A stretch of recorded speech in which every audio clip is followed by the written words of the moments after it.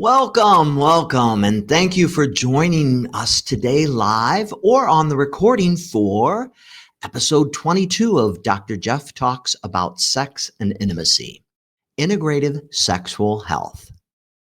It means a lot to me that you've taken time out of your busy schedule to learn more about this topic. We are on social media. We're out there on Facebook, we're on YouTube, we're on X, and a special welcome to our Kick viewers. We're so excited you're here with us.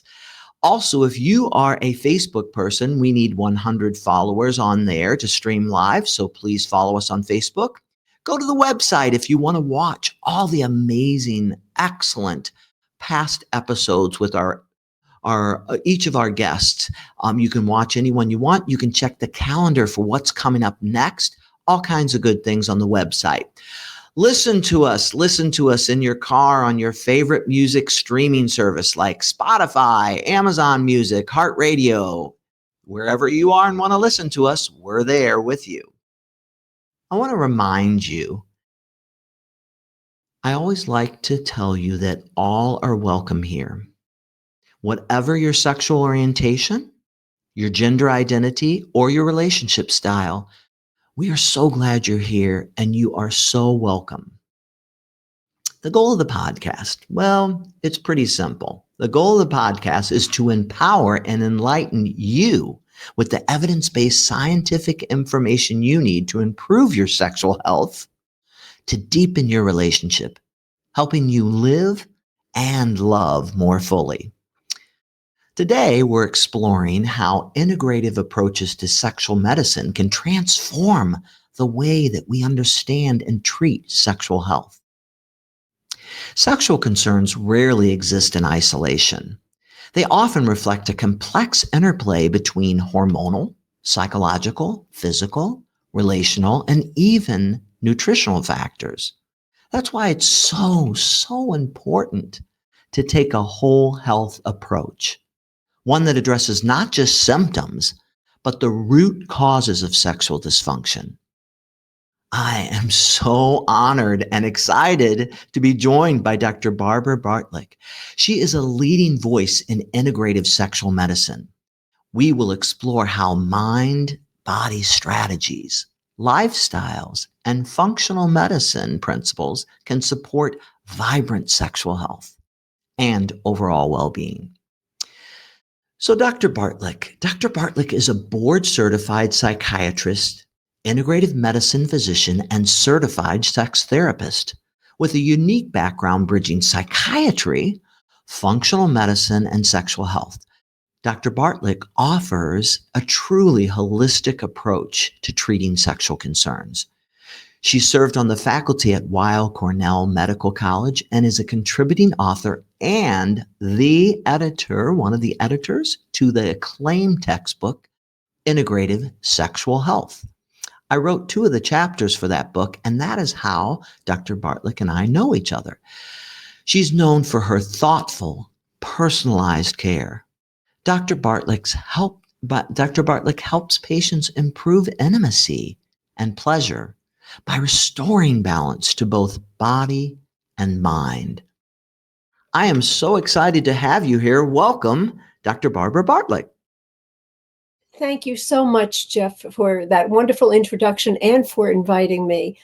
And I also owe a debt of thanks to you for writing those 2 excellent chapters for my book, Sexual Function and Dysfunction in Men, and also Integrative Sexual Treatment in Men. Your chapters were excellent. So, yeah. I'm so excited that you're here, and your book, the original book, was just amazing. And I know you're working on a new book too. So I know you're going to inform us and tell us about that. But let's get started with your presentation. I'm going to let you take control, and it's all yours. Okay. May I have the first slide? There it is. So that's just a title slide, Integrative Medicine Treatment of Sexual Problems, on Dr. Jeff's Talks About Sex and Intimacy podcast.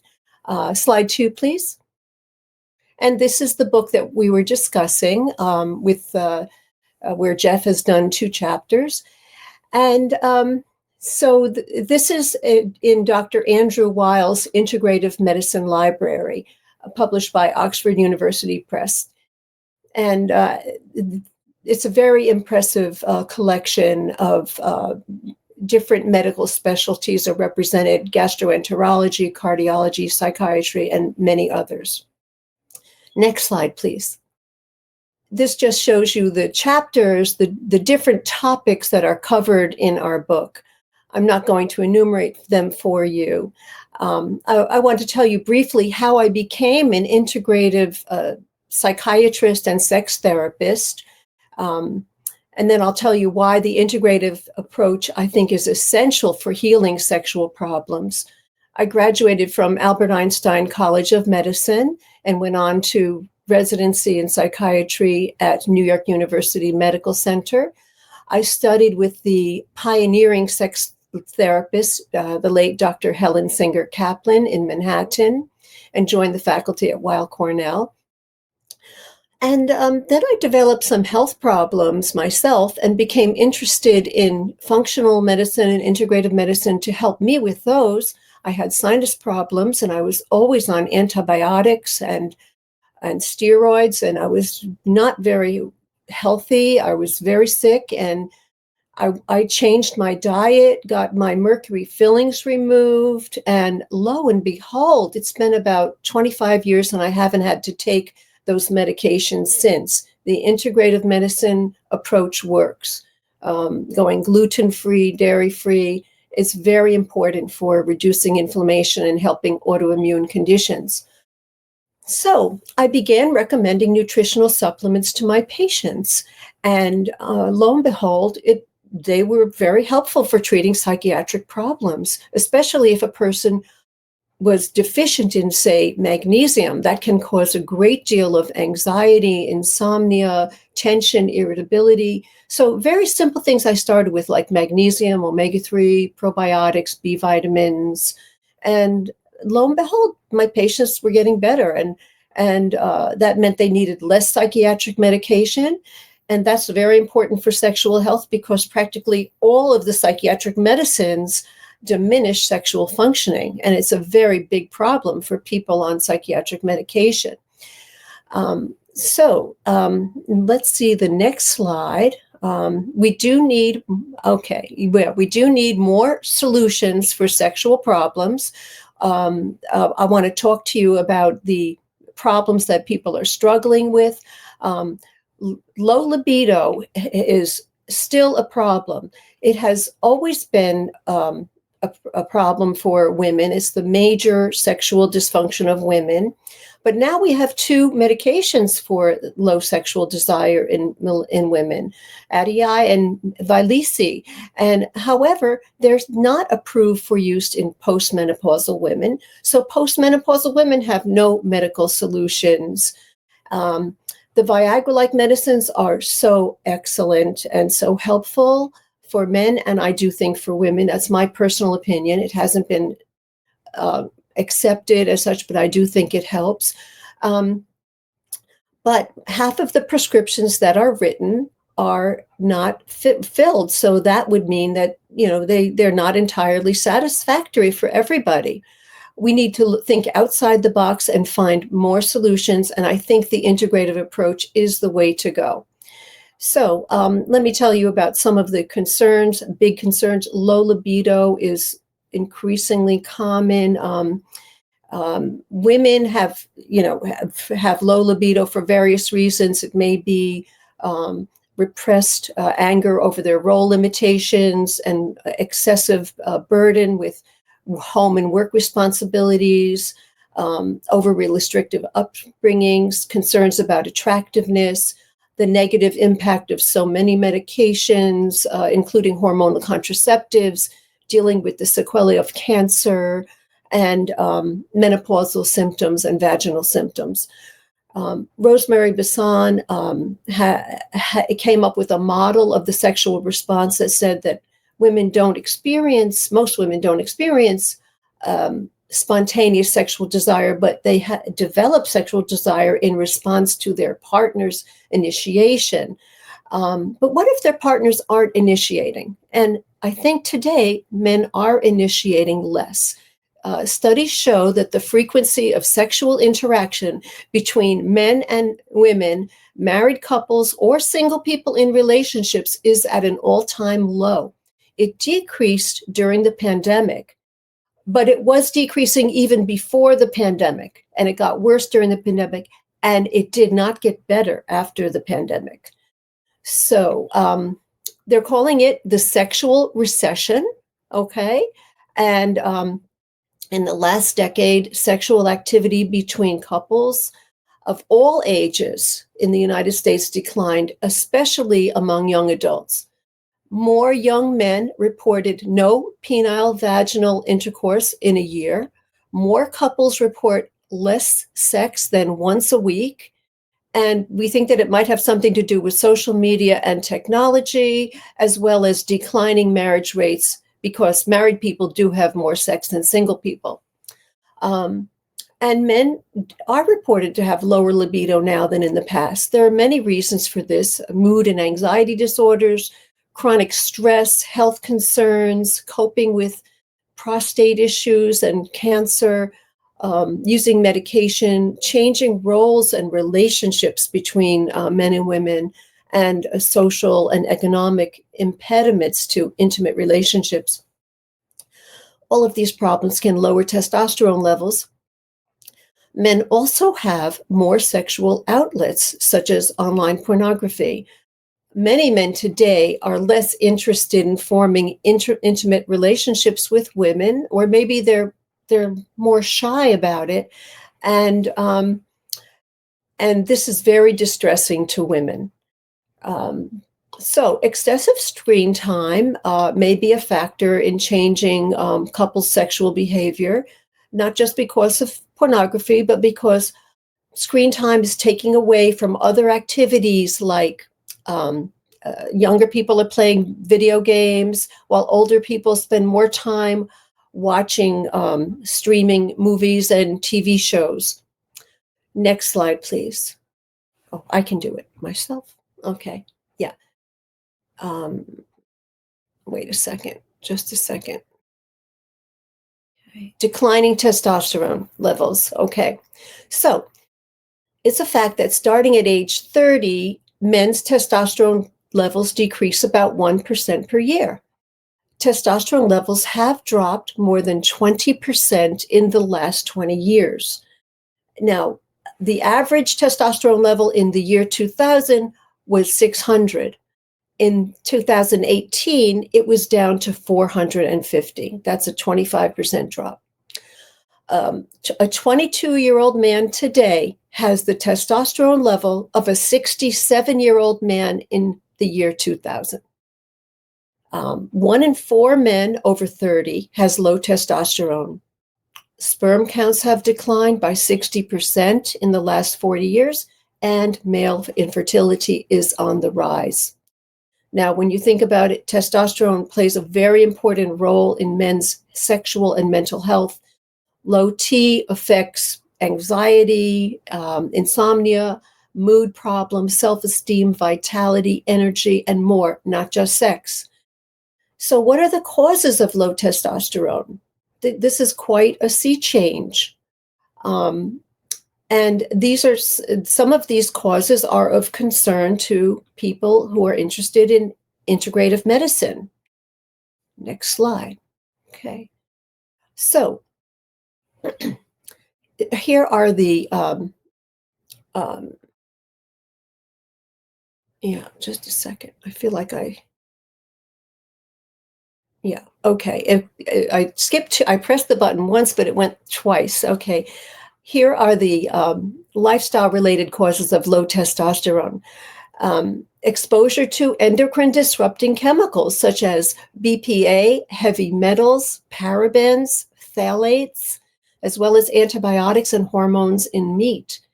Sedentary lifestyle, lack of exercise, inadequate diet, with nutritionally depleted processed foods contributing to obesity and metabolic syndrome. Also, medications deplete micronutrients needed for hormone production and neurotransmitters. Now, this is very important.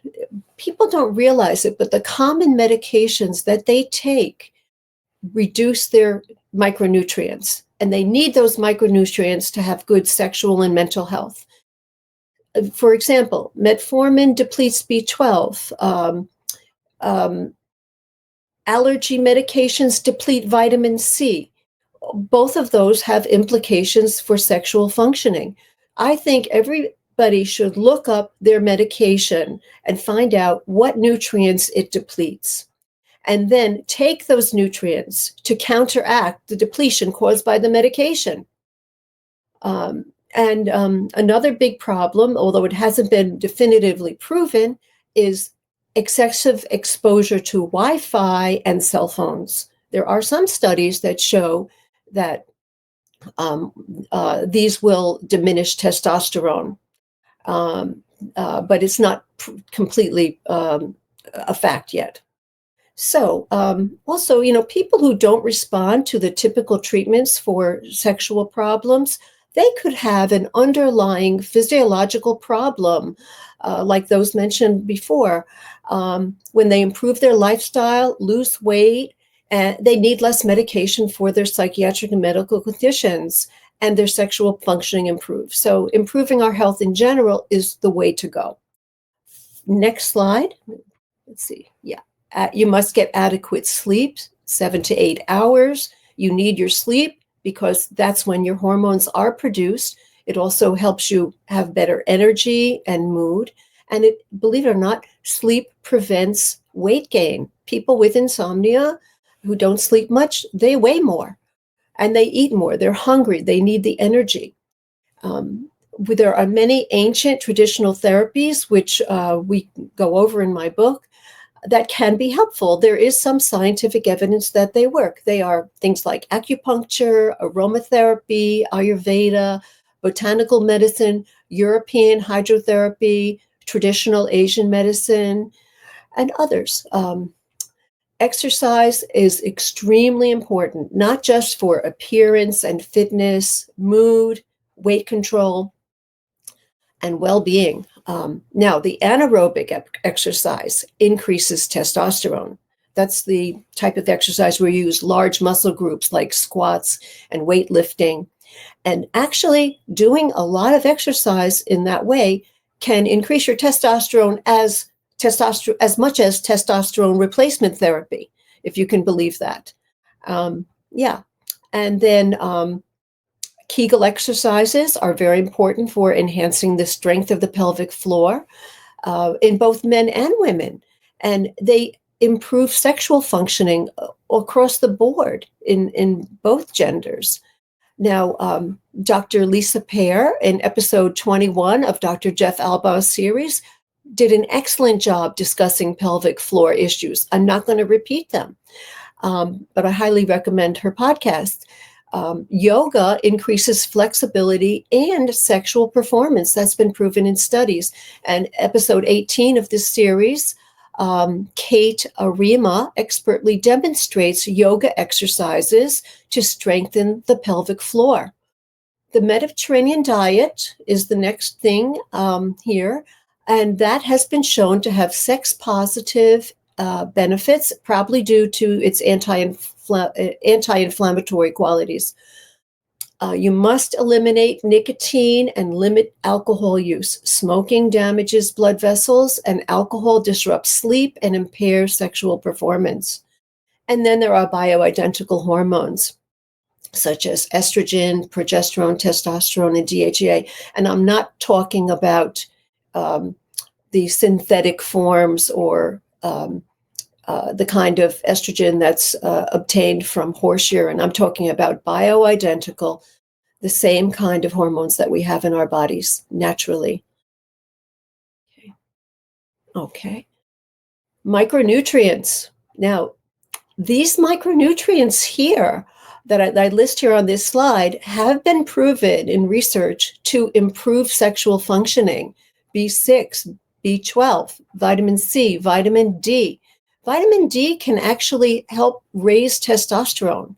Boron can help raise sex hormones as well. Folate, very important for reducing homocysteine, that inflammatory substance that diminishes mental health, cognitive ability, and sexual health. Iron is important. People who are anemic cannot function sexually as well as they normally could. Very important to detect anemia and to take care of it in one way or the other, nutritionally or supplements.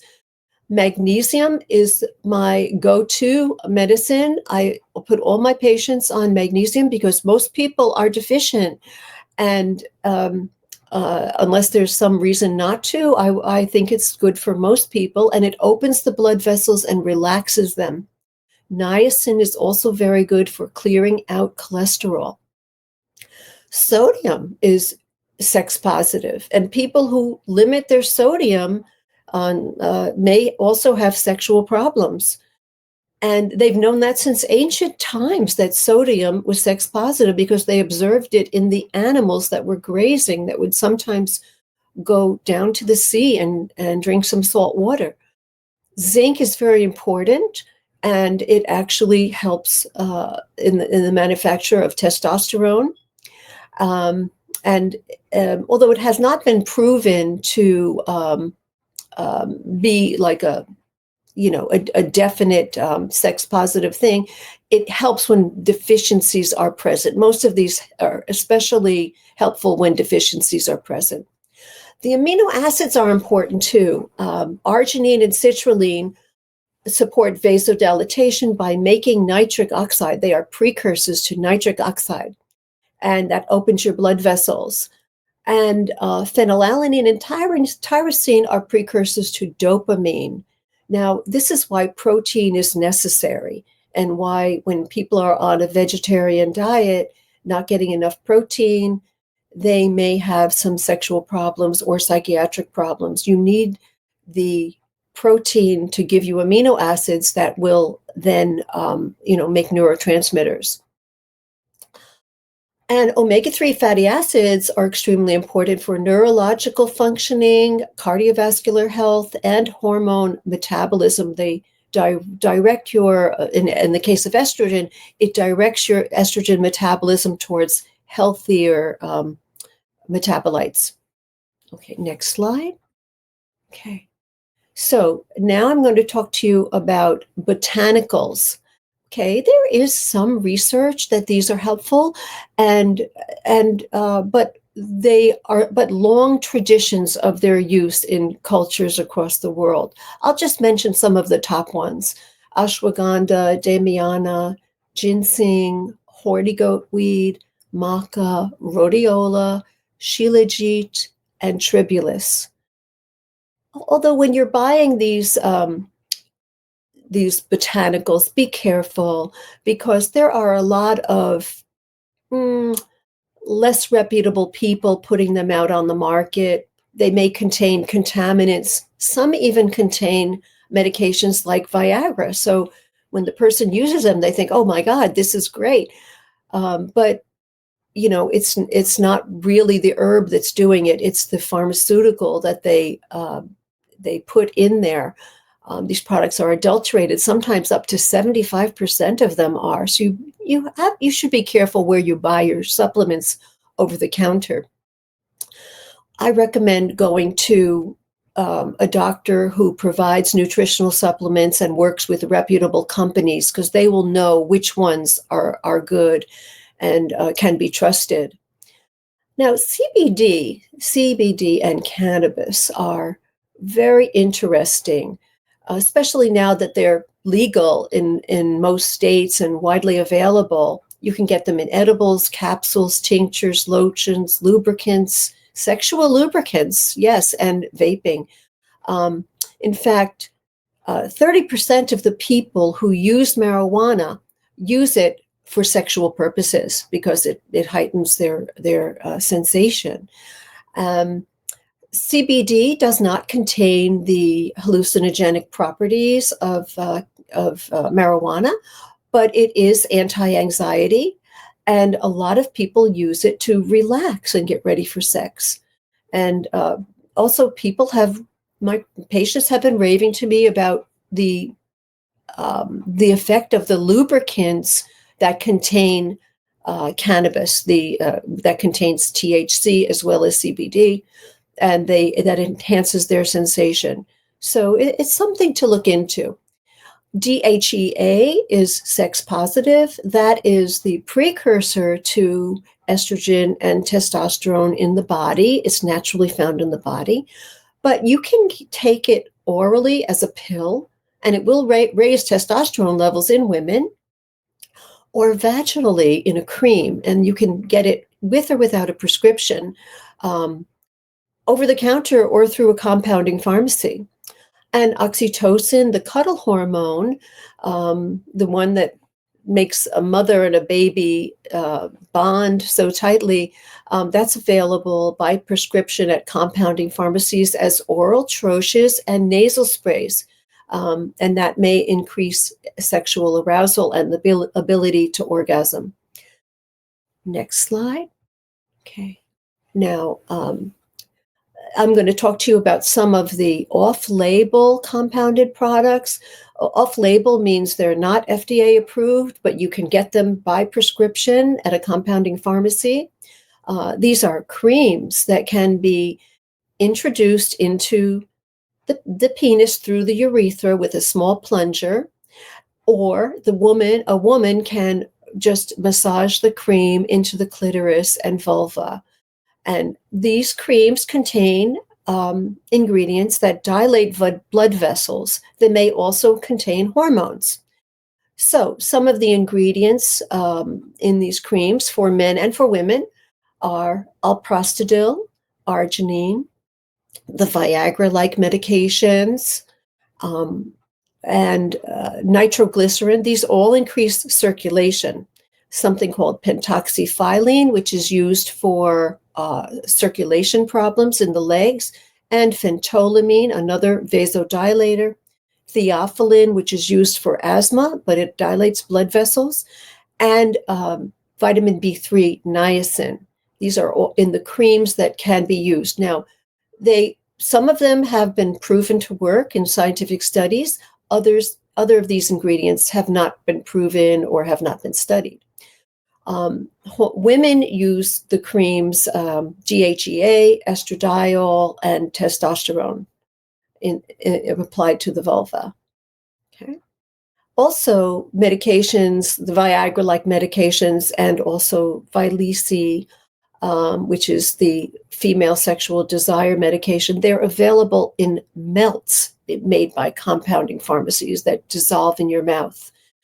I think if you want to try these products out, a good way to find out what one is best is to contact a large compounding pharmacy and find out which products are most popular amongst their customers. Because we really don't know. There isn't research to tell us which one is better than the other. So, but maybe these compounding pharmacists could help you out. Over-the-counter OTC moisturizers and arousal creams for women. Mostly these are not evidence-based, they've not been studied well, but they may contain combinations of lubricating, moisturizing ingredients like hyaluronic acid, vitamin E, also coconut oil, and they may contain warming ingredients like ginger and cinnamon, as well as cooling ingredients like peppermint and menthol. And what happens with the cooling ones is that after an initial chill is felt, there is then a rebound increase in blood flow, and you have increased arousal. So that's the way those creams work. They also include other ingredients, which we don't know if they work: cacao, maca, wild yam, and more. Now, Dr. Jeff and I were talking about the over-the-counter new gel available for men called Eroxon.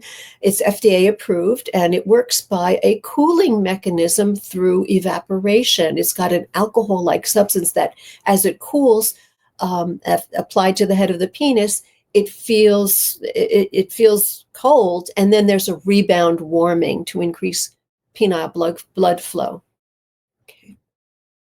Now, how do you know if you have a sexual problem? Well, it can't be just an occasional thing. It has to persist. and it has to cause you distress. If it doesn't cause you distress, it's not a problem. If it doesn't cause you or your partner distress, it's not a problem.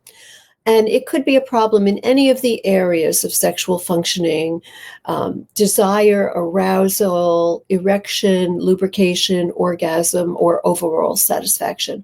So I like to use this very simple Arizona Sexual Experiences Scale. You can look it up. It's free online.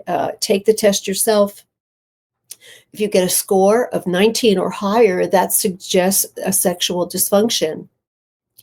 Or if you have a 5 or a 6 on any individual item, such as desire or erection or orgasm, that suggests that there's a problem in that one area. If you score 4 or higher on any 3 scales, that also suggests that there is a problem. So I brought for you today a case out of my practice that I'm going to tell you about. A 39-year-old woman with severe premenstrual dysphoria. She was referred to me, and she was arguing with her husband worse during the premenstrual phase, and she was having trouble at work. She was drinking 2 glasses of wine a night to calm down. She had a history of sexual abuse in childhood by an older sibling, and from that, she developed vaginismus in her late teens, 20s, and even into her 30s. But at age 34, she overcame that problem when she received sex therapy treatment. She used vaginal dilators, and finally, she could have intercourse with her husband. However, after the birth of her child, her vaginismus returned, and she could not have intercourse for 2 years. But she and her husband remained engaged in other forms of sexual activity. Now, the treatment phase. Okay, so I did prescribe for her sertraline, which is Zoloft, the antidepressant, but only during the luteal phase in her cycle to treat her premenstrual symptoms. She began taking a detox shake with nutritional supplements designed to address female hormone balance. These included vitamin D, B6, B12, E, thiamine, folate, magnesium, curcumin, and omega-3 fatty acids. She also gave up drinking and changed her diet from what was one that was high in carbohydrates to the paleo diet, which is gluten, dairy, and sugar-free. Her premenstrual symptoms improved after 2 months, but she still had vaginismus.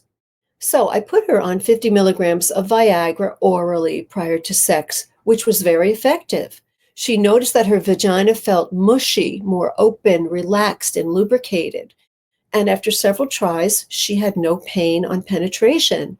Now, after 4 months in treatment, she regularly engages in sexual intercourse on Viagra.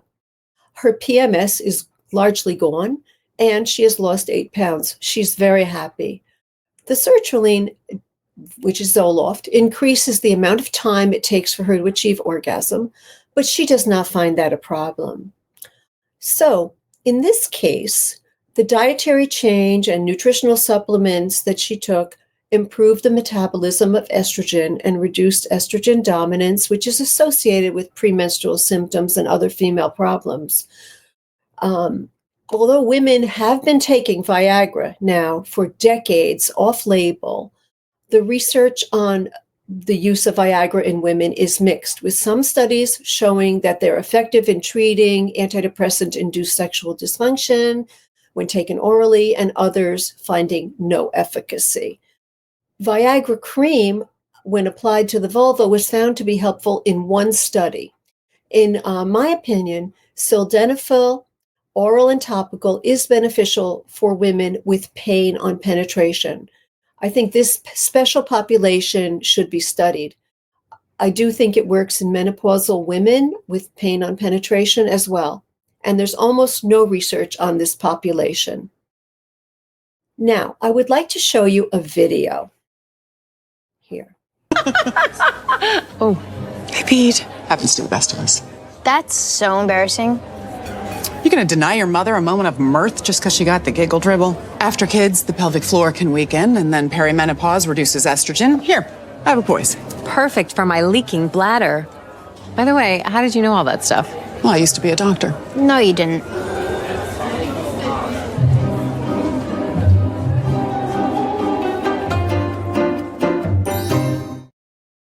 So here, Katherine Heigl, who was on the show Grey's Anatomy, is discussing a very common problem of older women, pee leaks or urinary incontinence. The prevalence is very high. 75% of women over 65 have this problem at one time or another. 43% of women between 50 and 65 have that. And of the women with incontinence problems, 80% are mothers. So we do think it has something to do with childbirth. In fact, I know some people who have elective C-sections because they want to preserve their pelvic floor for later in life.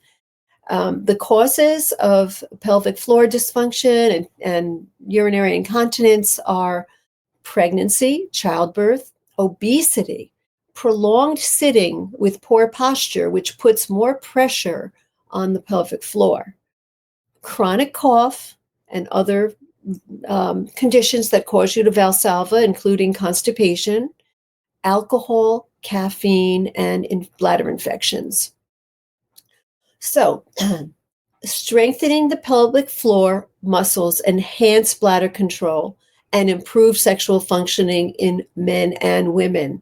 And even though it's so important, many people find it very hard to do Kegel exercises. They just can't concentrate on it. They can't be consistent. The standard treatment for incontinence includes medications which have unwanted side effects and dry mouth, constipation, and surgeries that can have serious consequences. Both of these can interfere with your sex life. The key is to begin pelvic floor strengthening before the muscles weaken and before prolapse becomes an issue. In my opinion, young women should be taught Kegel exercises as part of physical education in high school, and they should be educated about what pelvic organ prolapse is. If they knew, they would be more likely to take preventive measures and take care of themselves to prevent this problem that occurs in aging, with menopause, when estrogen diminishes and the problem gets worse. Women should do Kegel exercises after vaginal delivery and before and after menopause and at other times. In France, the government provides free pelvic floor physical therapy after childbirth done by a nurse who comes into the woman's home. Next slide.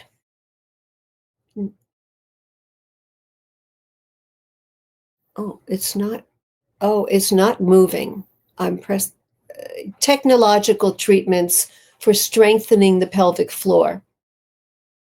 Okay, so you see, a woman can go get physical therapy today, and she can get some of these technological treatments at physical therapy, or she can buy some of these machines herself and have them at home. One is pulse electromagnetic field therapy. This has been shown to work for incontinence and for sexual problems. A magnetic field stimulates the production of nitric oxide in the endothelial lining of blood vessels, causing them to relax and open, causing better circulation and improved oxygen delivery and healing. Also, there is a form of PEMF called high-intensity focused electromagnetic technology that delivers the electromagnetic pulses from a chair that the person, male or female, sits on, causing the pelvic floor muscles to contract. 6 treatments are usually given over 2 weeks. There is also neuromuscular electrical stimulation devices. These deliver an electrical current, causing the pelvic floor muscles to contract rhythmically without effort. So you could be sitting, reading a book, talking on the phone, doing something else, and your pelvic floor could be contracting with this device. The electrodes can be placed in shorts, like tight-fitting bike shorts, or a probe can be inserted into the vagina that causes the muscles to contract, and the contractions are stronger than the person can do on their own with Kegel exercises. There are also biofeedback devices to monitor the strength of Kegel contractions, and these can be done by physical therapists. And then there is radiofrequency thermal treatment, which is usually performed by a gynecologist, where a probe delivers painless heat to the vagina, and 3 treatments are usually given a month apart to help heal the vaginal canal and external clitoral and labial tissues. So these treatments can be expensive. They often need to be repeated, and they are not covered by insurance. More information can be found on my website, pelvicfloorrescue.org. Next slide. It's not advanced. Oh, there it goes. Okay. So you can obtain integrative functional medicine training at these 3 organizations. You could even become a certified health coach in this area if you're really into it, or just become someone who is an educated consumer. The Institute for Integrative Nutrition, the Andrew Weil Center for Integrative Medicine at the University of Arizona, and the Institute for Functional Medicine. Next slide, please. Okay. So thank you so much for listening. I hope this overview gives you a sense of how integrative medicine can effectively treat sexual dysfunction. As in the case described above, a combination of traditional and alternative therapies is often the most effective approach. For example, the patient might receive recommendations for sex therapy, pharmaceuticals, nutritional supplements, compounded creams, physical exercises, and diet and lifestyle modifications. More information can be found on my website, my Instagram, YouTube, LinkedIn, and a menstrual tracking app and a mental wellness app that I'm connected to, as well as a comedy show where I host sex therapy question and answer sessions. So consider incorporating principles from integrative medicine into your life. You'll learn how to improve your health and that of your loved ones. Thank you so much for your attention, and I'm happy to answer any questions that you might have. Thank you. Wow, thanks so much. So much good stuff packed in there. I really appreciate all that. Wow, there's just like an enormous amount of information in there, and I think it's really helpful. So thank you so much. I think that it can be challenging for our patients to navigate their way through all this stuff, right? But and so it's a trial and error thing for many of them. I know I've often told my patients, especially if they're going to try something like some of those topical things on the vulva area or the clitoris or something, I always say, here's a really important point. Try it on your arm first. Make sure you're not allergic or have some sort of strange reaction.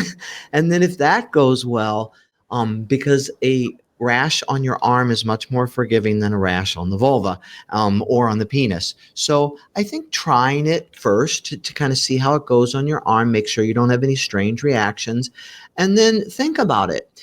Like the things you were talking about, some things cool, some things heat. How do you feel about that? Are you adventurous? Do you want to try some of those things? And I think everybody's a little different, but navigating can be a challenge. But I do think that the wonderful thing is there's so many things out there, right? Mm-hmm. Yeah, I often call it the kitchen sink approach. Think at it, try lots of things, because sometimes you get a little improvement with this and a little improvement with that, and they're cumulative. And I think that multifactorial approach is really important. I find, especially like, for example, the woman who has dyspareunia or pain with penetration, and they're struggling with that. oftentimes there's a hormonal piece or a dryness piece that has to be addressed, as well as some hypertonicity in the pelvic floor. So it often takes a multifactorial approach, and that's where a healthcare provider can really help you with guiding you in the right direction of what's going to work for you. But the best news from everything that you said is there are so many options. In this holistic way of viewing the body, there's a lot of things.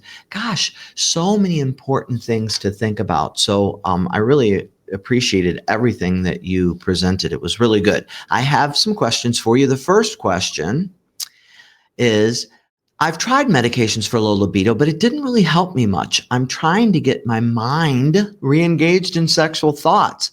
What kinds of things do you recommend to help me with getting back to sexual thoughts after a period of abstinence?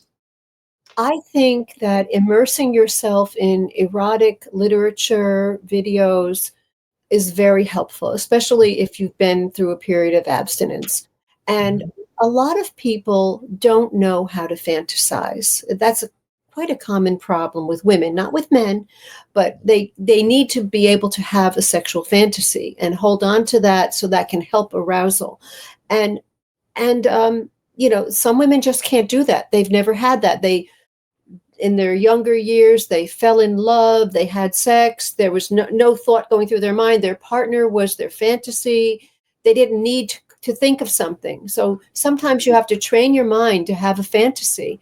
And video can be very helpful, and erotic literature. So I refer my patients to websites that are helpful for that, and they love it. Yeah, I think so. And there's actually science behind it. It's called bibliotherapy, and it's that's what erotica is.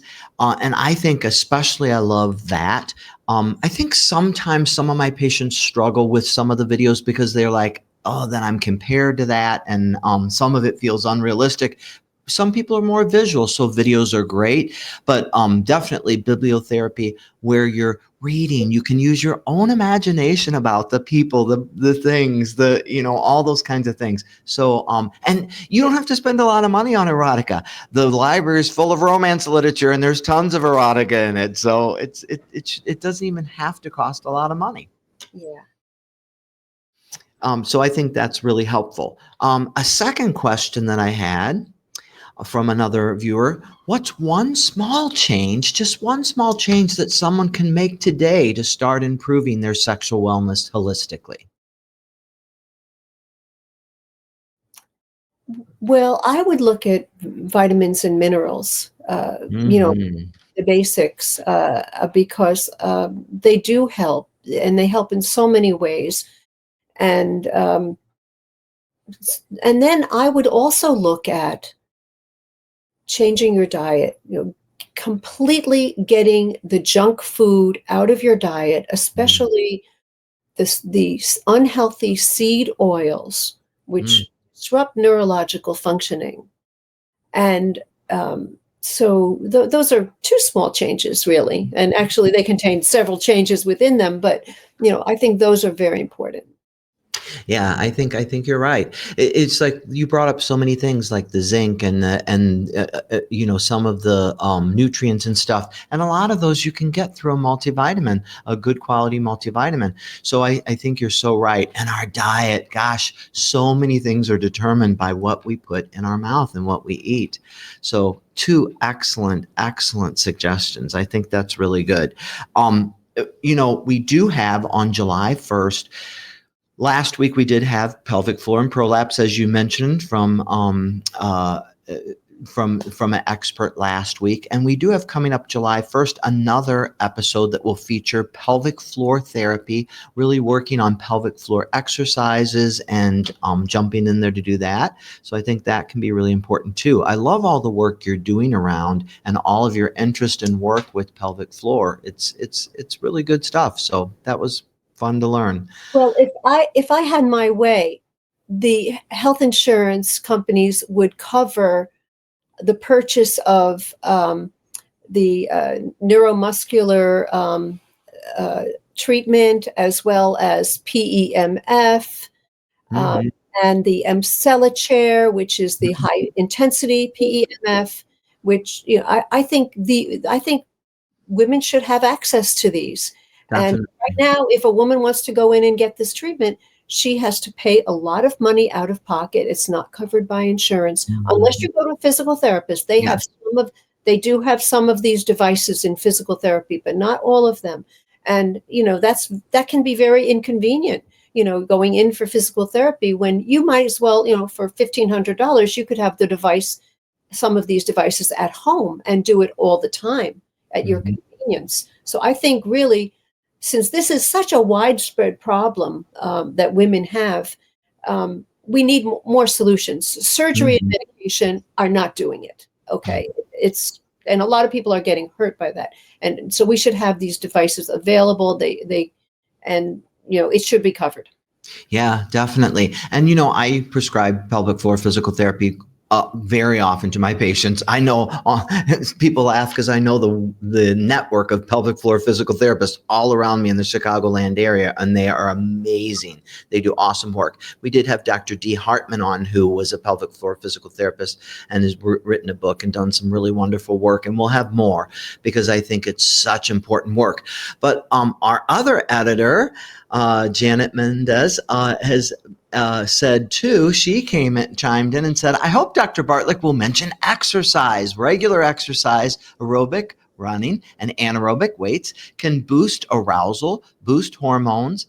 I'm Dr. B's collaborator on the book. As I said, she was. So I'm so excited that you chimed in and are here with us. Also, yoga, genital exercise as set out in Ayurveda. And so we did have, as you said, that yoga demonstration, and we'll have more yoga coming up. So look in the calendar because we have another yoga demonstration coming up as well. But I'm so glad Janet reminded us about the importance of exercise. I preach that to every patient who comes in my sexual health clinic. So I'm so glad she brought that up. Janet, we did talk about all of those things. I talked about anaerobic exercise and yoga and all that, but I did not mention aerobic exercise.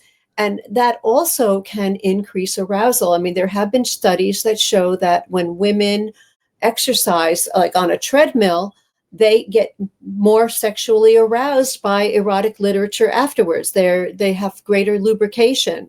It's measurable. And exercise does help in every way, also in keeping you fit and feeling good about your body. And and all of the mental health benefits of exercise. It's better than Prozac. You are absolutely right.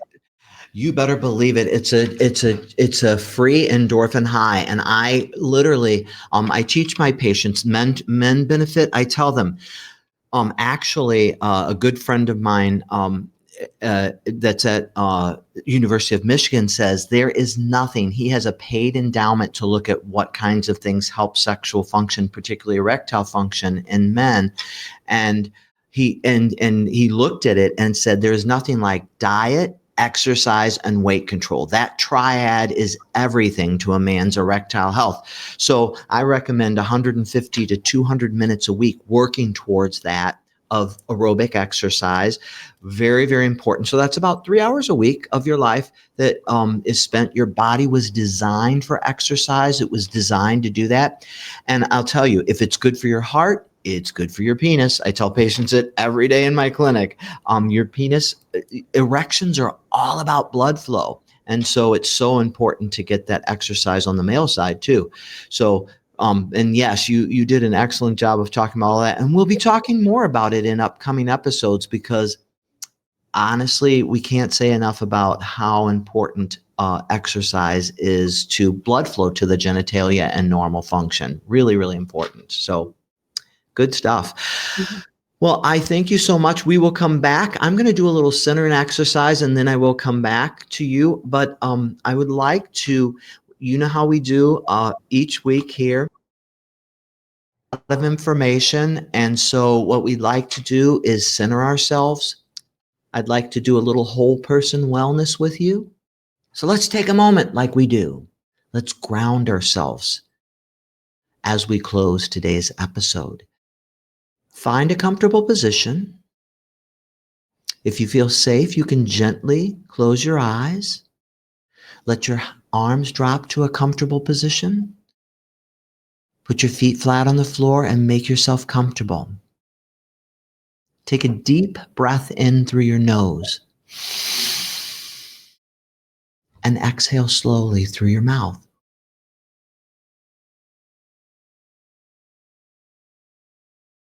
Continue that slow breathing pattern as you feel your body begin to soften. Your shoulders, your jaw, your belly. Now bring your attention inward, not to fix anything or analyze anything or to judge, just to notice. Reflect on these gentle affirmations, Why is it so natural for me to feel connected to my body and my needs? Why is my sexual wellness just as important as my emotional and my physical health? Why is it safe to seek balance, pleasure, and healing at every stage of life? Take one more very slow, deep breath in and fill your lungs from the abdomen. Slowly exhale and carry with you the intention to honor your health. There's no greater investment that you could make than in your mind, in your body, and in your heart. When you're ready, gently open your eyes. Vic, let's talk about what's coming up next week. In episode 23, renowned urologist Dr. Kevin McVary joins Dr. Jeffrey Albaugh to demystify one of the most effective long-term solutions for erectile dysfunction, penile implant surgery. Learn who is a candidate, what the procedure involves, recovery expectations, success rates, and how it can restore confidence and intimacy for men who haven't responded to other treatments. Whether you're a patient exploring options or a clinician seeking expert insight, this episode delivers the information you need from one of the field's leading experts in sexual medicine and male health. Join us June 10th at 7 p.m. on Dr. Jeff Talks About Sex and Intimacy to learn more. Okay, wow, that zeroed in right on. But the thing is so no options for everybody. Neither is a penile implant. But next week, we're going to unpack the good, bad, and ugly of it and talk about all of it. But this week, thank you so much for joining me. I mean, the book is amazing. The new book you're working on is going to be equally fantastic. I'm so glad you took time out of your busy schedule to just enlighten and inform the listeners. Thank you. It was an honor, Jeff. Thank you so much for inviting me. And I think you're doing great work. Oh, thank you. And most of all, thank all of you for tuning in, caring about your own physiologic health, your own mental health, your own whole health. Thank you for joining us and have a great one.